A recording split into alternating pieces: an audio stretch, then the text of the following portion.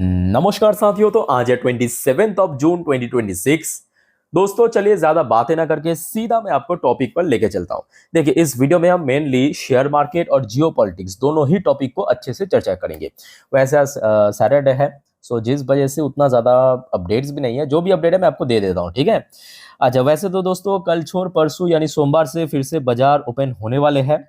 सो दलाल street week ahead, तो कैसा हो सकता है थोड़ा सा यहाँ पे एस्टिमेट ले लीजिए। Nifty to test crucial 24,500 level, breakout में डिफाइन नेक्स्ट ट्रेंड। तो इसका मतलब यह है कि निफ्टी 50 के लिए इमीडिएटली 24,500 की क्रूशियल लेवल को ब्रेक करना जरूरी है फर्दर अपसाइड मूवमेंट के लिए। सो लेट्स सी क्या होता है। देखिए बहुत सारे जियोपॉलिटिकल इंसिडेंट तो चल ही रहा है। अब देखना होगा कि अगर ऑयल प्राइस स्टेबल रहता है, क्योंकि एफआईएस की फ्लो आ चुका है जो जरूरी है। एफआईएस की इनफ्लो हो रहा है धीरे धीरे करके, हो सकता है कि रोज ना हो बट थोड़ा थोड़ा हो रहा है। सो एफआईएस की फ्लो स्टेबल है, अगर ऑयल भी स्टेबल रहा तो कहीं ना कहीं अगले हफ्ते टारगेट तो निफ्टी ना एक बार लेगा ही, क्योंकि ऑलरेडी लास्ट वीक में हमने देखा था आपके निफ्टी 50 काफी बार 24,200 को हिट कर चुका है। इवन 250 तक भी पहुंच गया था लास्ट, याद है। उसके बाद एकदम से डिक्लाइन देखने को मिला। अच्छा अब देखिए सेम टॉपिक को एक चार्टिस्ट है, इनका नाम है सुदीप शाह। चार्टिस्ट मतलब जो चार्ट पैटर्न एनालिसिस करते हैं, इनके तरफ से भी पिक किया गया है रिक्लेमिंग 24,500 से लेकर 24,600। तो चार्टिस्ट ने भी कहा कि रिक्लेमिंग 24,500 से लेकर 24,600 may not be easy for Nifty 50। तो इन्होंने एक बहुत अच्छी बात कहा कि देखिए 24,500 और 600 इसको रिक्लेम करना उतना आसान नहीं होगा। अच्छा आप पूछेंगे आसान क्यों नहीं होगा। आसान इसीलिए नहीं होगा क्योंकि अप्रैल पे एक बार ट्राई कर चुके हैं। मतलब मार्केट वॉर शुरू होने से पहले तो मतलब शुरू होने से बाद तो गिर गया, तो उसके बाद हमने देखा अप्रैल पे जब कुछ सब कुछ सेटल डाउन लग रहा था, निफ्टी एक बार 24,500 को बस ऐसे ही टच करके निकल आया 21 अप्रैल के दिन। तो एक स्ट्रॉन्ग हर्डल पॉइंट है बेसिकली, ठीक है। सो जिस वजह से इन्होंने इस पॉइंट ऑफ व्यू से ही मेंशन किया है कि इमीडिएटली इसको रिक्लेम करना उतना ज्यादा इजी नहीं होगा, आसान नहीं होगा। चलो देखते हैं क्या होता है। अगर सिचुएशन बढ़िया तो आराम से हो जाएगा, वो वैसे कोई बात नहीं। अच्छा नेक्स्ट टॉपिक आ जाइए। एक रिपोर्ट है भारत की जो हाउसिंग सेल्स के ऊपर। देखिए भारत की हाउसिंग सेल्स जो टॉप 9 शहर पे 19% ग्रो किया है। 19% ग्रो किया है, ठीक है। मतलब ये जो 2026 की सेकेंड क्वार्टर। अच्छा यहाँ पे आप ये मत सोच लेना कि ये फाइनेंशियल ईयर की बात हो रहा है। यहाँ पे 2026 जो कैलेंडर ईयर है उसके Q2 की बात हो रहा है, मतलब अभी चल रहा है जून, ठीक है। तो उस हिसाब से 19% की ग्रोथ हुआ है। और उसके साथ साथ जो सप्लाई है, सप्लाई मतलब जो हैंड ओवर करते हैं ना, वो लगभग 43% जंप किया इस बार। तो बहुत अच्छी रेट में इस बार हाउसिंग सेक्टर ग्रो करा है, हाउसिंग सेल्स की सेक्टर, ठीक है। सो लेट्स सी कैसा रिएक्शन होता है। और ये भी फैक्ट है कि इस बार रियलिटी सेक्टर की कंपनी जो 2025 में आप आई थिंक आप लोगों ने नोटिस किया होगा काफी स्ट्रगल कर रहा था, मतलब परफॉर्मेंस की बेस पे या शेयर में लगातार गिरावट हुआ था, वो 2026 में धीरे धीरे करके रिवाइव कर रहा है। अच्छा नेक्स्ट आ जाइए। एक अपडेट है आपके अदानी ग्रुप से। अदानी ग्रुप की जो मालिक है, मतलब अदानी जी, गौतम अदानी जी, उनकी जो बेटा है सागर अदानी, उनके तरफ से कहा गया कि India needs 2000 gigawatt new power capacity in 20 years. तो इन्होंने टारगेट काफी बढ़िया तो रखा है, अब देखना होगा कि कितना होता है। अच्छा इसी से रिलेटेड एक और अपडेट है। अपडेट आ रहा है आपके उत्तर प्रदेश की मुख्यमंत्री योगी आदित्यनाथ जी की तरफ से। इन्होंने कहा UP target 20,000 megawatt renewable energy capacity in next 2 to 3 years. दोस्तों अब मैं आपको कुछ याद दिलाना चाहूंगा। याद कीजिए जरा, पिछले 1-1.5 हफ्तों से अलग अलग वीडियो में मैं आपको कुछ कहा था कि अभी सरकार की टारगेट दोस्तों 2029 की लोकसभा चुनाव। याद आ रहा है मैं आपके, इवन जब मैं रेलवे स्टॉक्स को लेकर चर्चा कर रहा था तब भी आपको मैं कहा था। और यहाँ पे योगी आदित्यनाथ जी क्या कहा, अगले 2 से 3 साल पे क्या होगा, 2 से 3 साल बाद याद कीजिए।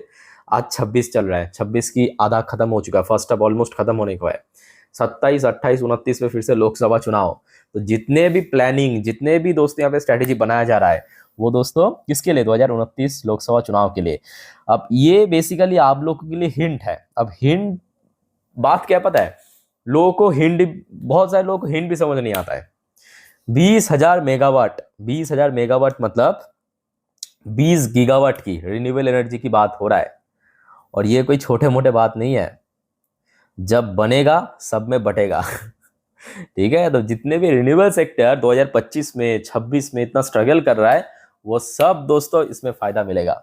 और सिर्फ यहाँ पे एक स्टेट्स की बात नहीं है, ऐसे बहुत सारे स्टेट्स में दोस्तों लॉन्च होगा, क्योंकि आज की डेट में जिस प्रकार से फॉसिल फ्यूल की क्राइसिस हमें देखने को मिल रहा है, चाहे वो आप क्रूड ऑयल की बात करें, कोल की बात करें, नेचुरल गैस की बात करें, उसका एक प्राइम ऑल्टरनेटिव है रिन्यूएबल सेक्टर। और भारत दोस्तों इस सेक्टर में ऑनेस्टली कह रहा हूँ बहुत अच्छा तरक्की कर रहा है, बहुत बढ़िया काम कर रहा है। चाहे सोलर एनर्जी की बात करें, विंड पावर एनर्जी की बात करें, हाइड्रो इलेक्ट्रिक की बात करें, और ये आगे और तेजी से ग्रो करेगा। ठीक है, सो डोंट वरी। चलो ये कुछ अपडेट था दोस्तों मार्केट से रिलेटेड जो आपको मैं दे चुका। अब चलिए next most importantly geopolitical topic पर चर्चा करते हैं। पर उसके पहले दोस्तों एक छोटा सा रिक्वेस्ट आप सभी को करूंगा।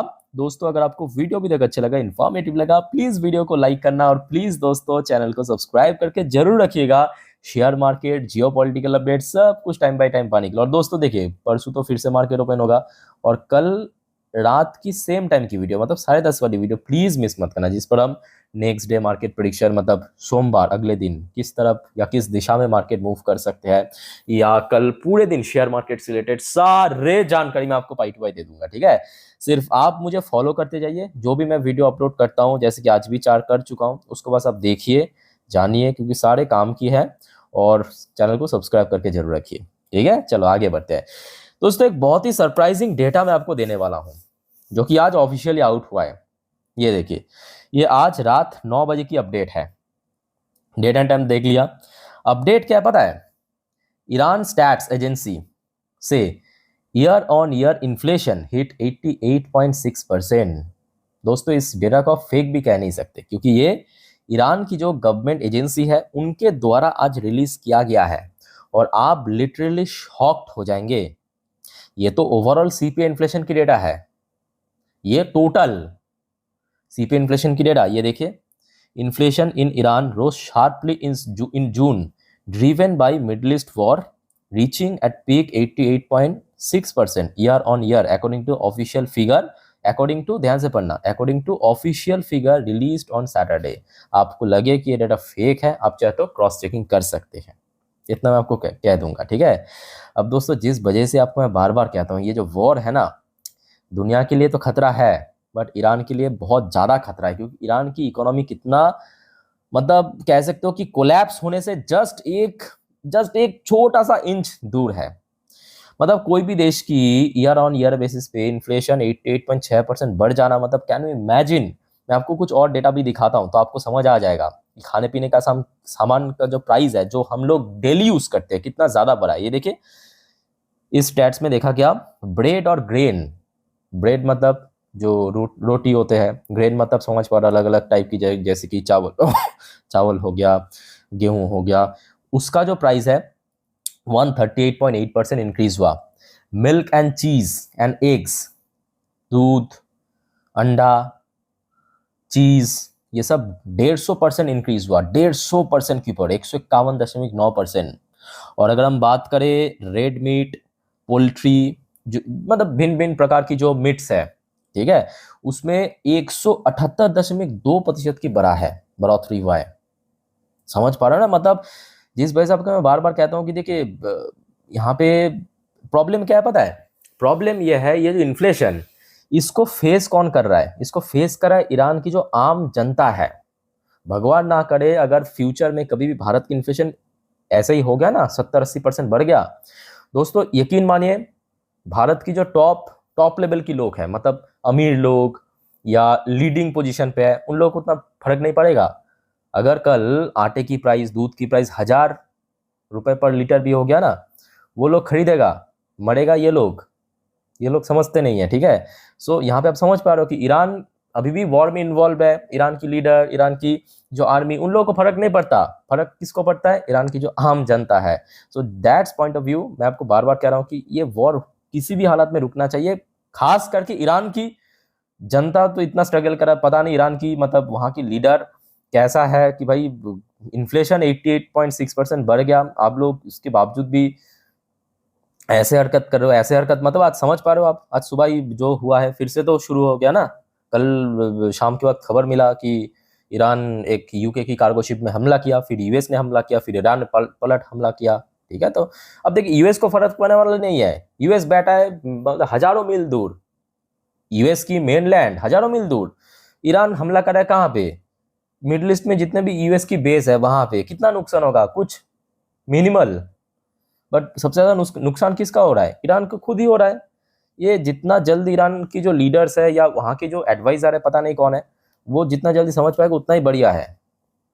बाकी दोस्त इस बारे में आप लोग क्या सोचते हो, कमेंट करके बताइए। अच्छा, अब आ जाते हैं इस स्टोरी में इजराइल की एंट्री। अच्छा, मतलब आज सुबह तक जितना सब कुछ हो चुका वो तो आपको पता ही होगा, ऑलरेडी मैं आपको एक्सप्लेन कर चुका। आज दिन की पहली वीडियो आई थिंक आप लोगों ने देख लिया। सो उसके बाद देखिए ऐसा कुछ बहुत बड़ा हलचल की खबर नहीं मिला, मतलब फिर से कुछ हमला फमला की खबर नहीं मिला, तो काइंड ऑफ सही है। पर दूसरी तरफ दोस्तों, इजराइल की तरफ से आज शाम के वक्त एक खबर मिला है। कैसा खबर? इजराइल से it's stuck suspected militant in southern Lebanon after US back deal. So Israel कह रहा है कि देखिए साउथर्न लेबनान पे हमें कुछ तो सस्पेक्टेड मिलिटेंट मिला है। ठीक है, वही हिजबुल्लाह वाला केस, तो हमने फिर से स्ट्राइक कर दिया, फिर से उनको ठोक दिया।